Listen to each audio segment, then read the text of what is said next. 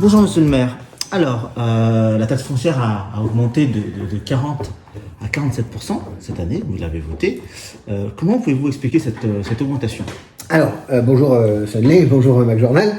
Alors oui, on est confronté, alors je ne suis pas la seule, hein, la quasi-totalité des collectivités ont été obligées de revoir leur taxe foncière pour plusieurs raisons. La première, c'est dû à la réforme de la taxe d'habitation, qui en soi est peut-être une bonne chose ou pas, je ne me permettrai pas de juger, c'est pas moi qui l'ai décidé, hein, mais bon, voilà. Donc c'est une réforme qui s'est appliquée. Simplement, lors de l'application, il avait été promis par le gouvernement Macron de compenser à l'euro près cette taxe. Dans les faits, on a l'habitude, puisque c'est pas les premières fois qu'on nous remplace un impôt par une dotation, etc., ce n'est jamais compensé à l'euro près. Donc la facture pour la commune de Saint-Pathus, c'est 400 000 €. Puisqu'en fait, le calcul a été figé depuis sur l'année 2017, donc figé en termes de population, et ni sans l'inflation, et sans non plus l'augmentation des bases locatives. Donc on se retrouve avec une perte. Alors, on a tenu jusqu'à maintenant, moi j'étais un fervent défenseur de la non-augmentation des impôts, puisque depuis 2008 que je suis élu maire de cette commune, nous n'avions jamais touché à l'augmentation des impôts, nous avions même baissé un peu la taxe d'habitation, on n'avait pas touché la taxe foncière. Force est de constater, donc moi j'ai produit un certain nombre de documents à mes habitants en leur disant, ben voilà, aujourd'hui on a un budget à équilibrer. Nous, contrairement à l'État, notre budget en fin d'année, il doit être équilibré. Donc on doit mettre en face des dépenses des recettes. Lorsque les recettes ne sont pas à la hauteur des dépenses, ben soit il faut créer d'autres recettes, soit il faut limiter les dépenses. Quand vous êtes dans une commune comme la nôtre, avec énormément de services, bon, il y a toujours les 4-5 qui se plaignent, hein, qu'il n'y a jamais rien. On est une commune de 6500 habitants, il n'y aura jamais de piscine. Hein. Bon. Par contre, il y a un centre de loisirs avec plus de 160 places pour les enfants. Il y a des cantines qui accueillent 500 enfants à déjeuner tous les midis.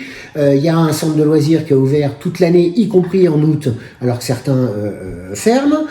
On a une police municipale, on a des infrastructures sportives, on a un centre culturel avec une saison culturelle, etc., etc. J'en passe et des meilleurs. Voilà, il y a un certain nombre de services.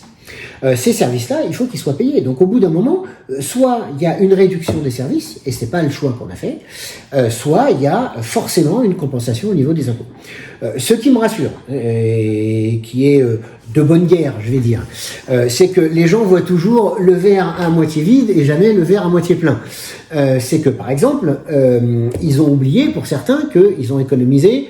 Je vais prendre un exemple, quelqu'un qui avait 1000 € de taxe d'habitation chez nous, il avait à peu près 1000 € de foncier. Bon.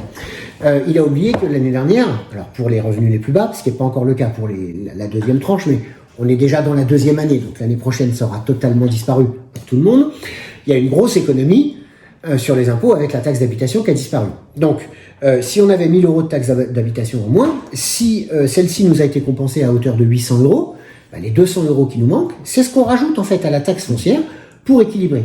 Donc l'habitant est quand même toujours gagnant.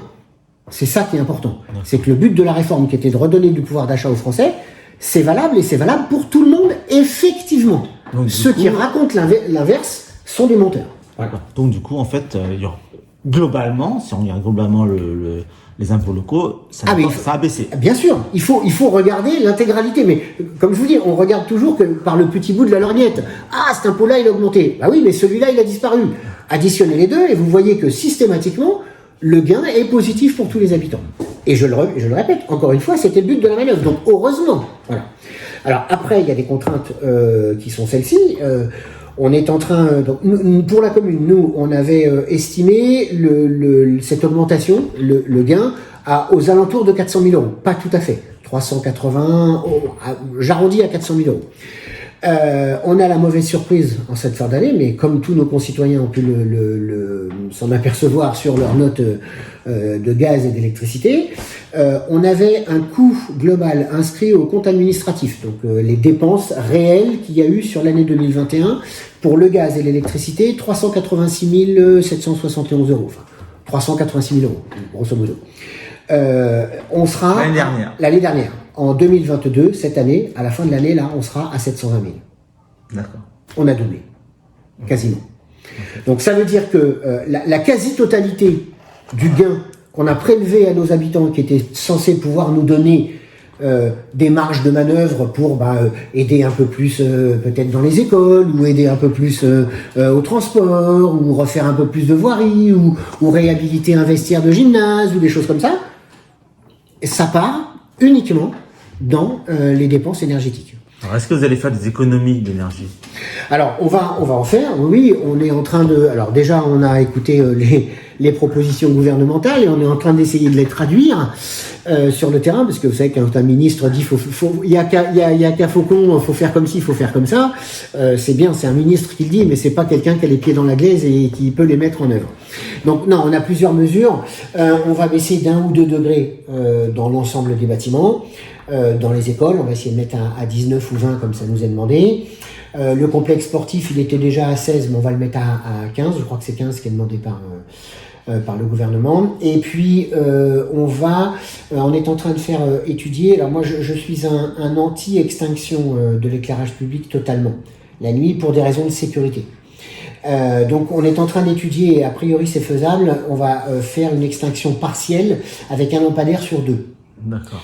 Alors, on était déjà en réduction, puisqu'on avait fait évoluer notre part, puisque en tant que président du syndicat, moi, qui gère l'éclairage public sur les communes aux alentours, on avait entamé depuis plus de 10 ans, on avait mis en place un marché à performance énergétique pour essayer justement limiter le coût en remplaçant les lampadaires par des LED, en mettant des ballasts électroniques qui permettent à une certaine heure automatiquement de réduire la puissance, etc.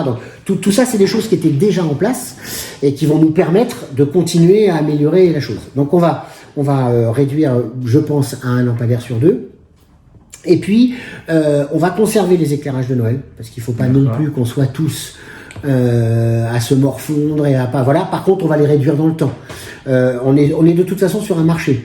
Ça fonctionne comme ça, c'est les marchés de location de matériel. Donc, si on les mettait pas, on les paierait quand même. Donc, on ferait juste l'économie de la consommation d'électricité, mais par contre, on paierait la location pour les laisser dans le garage des services techniques. C'est pas non plus très intelligent. Donc, vous allez les réduire alors, on va réduire dans le temps. Dans le temps, voilà. C'est-à-dire qu'avant, on allumait au 1er décembre et on éteignait au 31 janvier. Là, on va allumer pour le marché de Noël.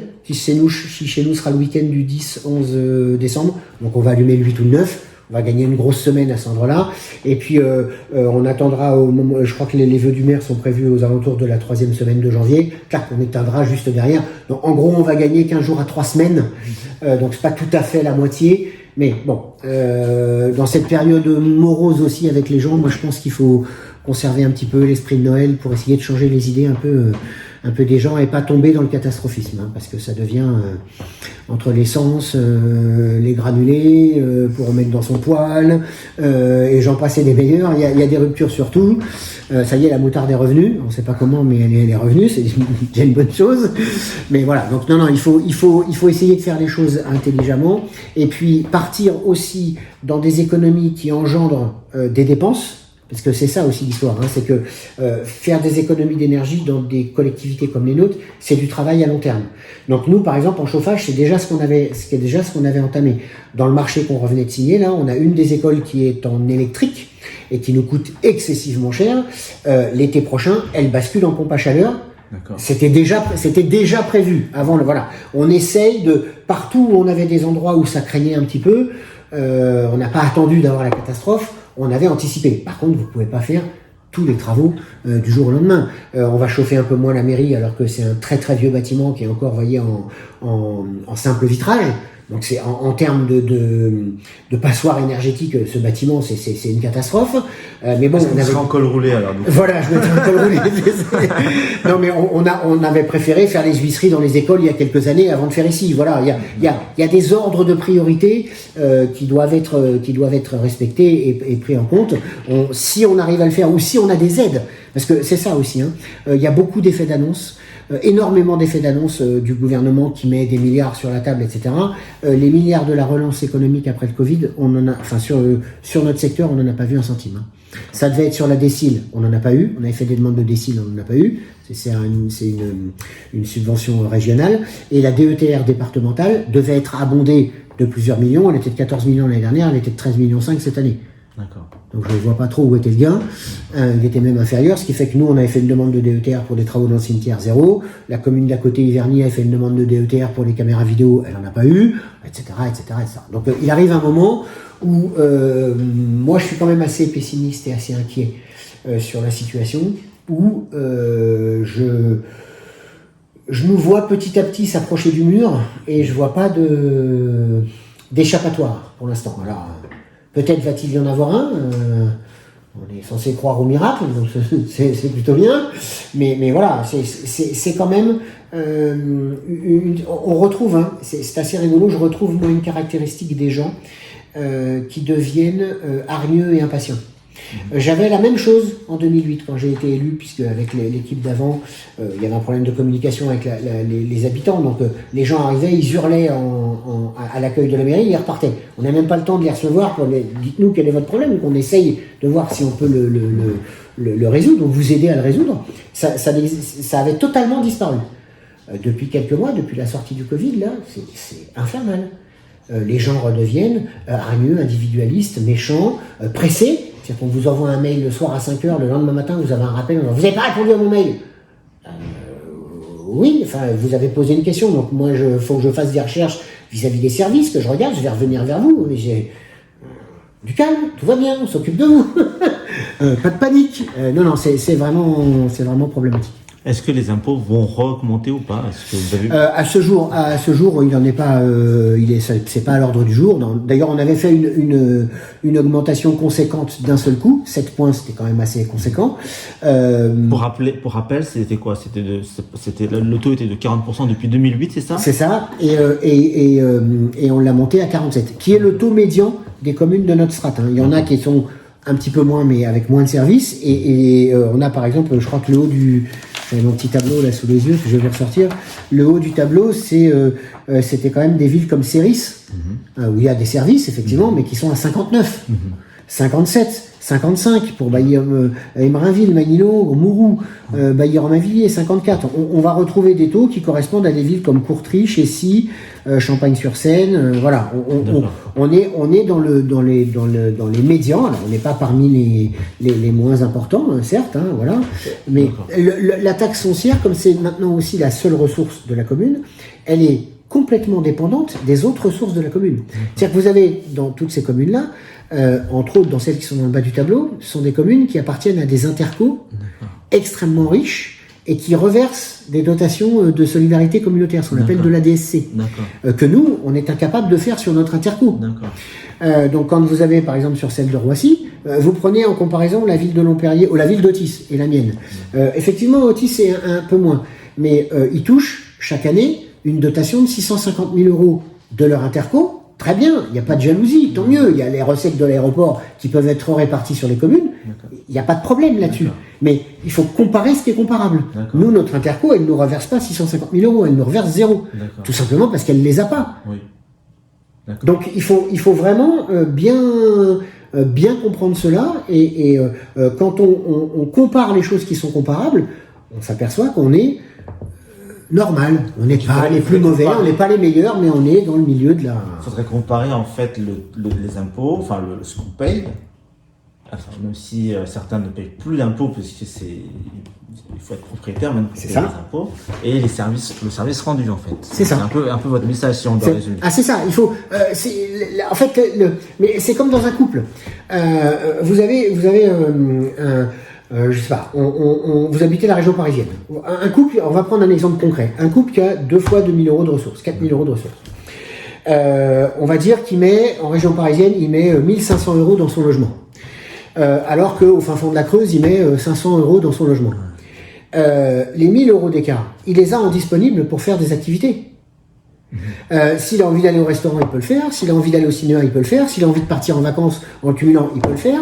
Alors que celui qui a une dépense supérieure, donc soit ses revenus sont supérieurs et il peut faire la même chose, soit ses revenus sont pas supérieurs et auquel cas, il y aura forcément un delta dans sa capacité à dépenser à côté. C'est pareil pour une collectivité. Nous, on ne prélève, c'est ça aussi qu'il faut arrêter, que les gens pense à mal. Un maire, il est aussi il habite la commune. Donc il paye aussi des impôts sur la commune. Donc nous ne prélevons en impôts que ce que nous avons besoin, que nous restituons à la collectivité. L'argent ne va pas dans les poches du maire ou des adjoints ou des employés. Voilà. Ils sont payés parce qu'il y a un travail qui est fourni, donc c'est normal. Voilà. Mais l'argent qui est collecté auprès des habitants, il est redistribué aux habitants sous forme de route, sous forme de chauffage dans le gymnase quand ils vont faire du sport le soir, sous forme d'électricité quand ils vont à la messe et que l'église est éclairée, etc., etc. Enfin, il y a de multiples exemples. Systématiquement, l'argent prélevé sert aux habitants. Et ça, faut bien le... Donc, si on fait beaucoup de choses pour les habitants, ça coûte un peu plus cher, donc on est obligé de prélever un peu plus cher. C'est d'une simplicité extrême. Merci beaucoup, monsieur le maire. Voilà, je vous en prie.